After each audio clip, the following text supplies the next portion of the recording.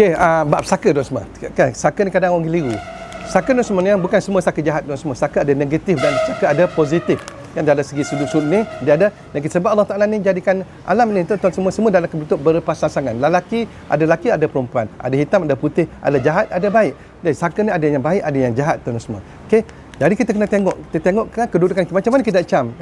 Saka tu baik atau tidak. Tengok dari segi kehidupan kita hari-hari tuan semua. Kalau kehidupan kita hari mendorong kita kepada kejahatan, itu menandakan saka kita adalah saka jahat. Kalau kita mendorong kepada kehidupan kita, mendorong kepada kebaikan, suka pergi masjid, suka doa fardu ain, suka zikir, suka baca Quran, itu menunjukkan saka kita adalah mendorong kepada kebaikan.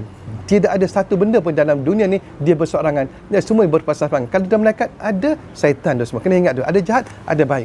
Jadi tuan-tuan nak tahu, tak perlu jumpa Tok Momo, tak perlu jumpa orang lain. Tengok diri kita. Adakah kedudukan diri macam mana? Kalau kita mendorongkan kita sentiasa nak buat jahat, itulah saka kita adalah saka jahat. Jadi salah satu cara tuan semua nak hindarkan pada saka jahat tuan semua dengan menggunakan garam tamim aswad. Anda mandi saja sekali sehari waktu malam sebelum anda tidur, insya-Allah.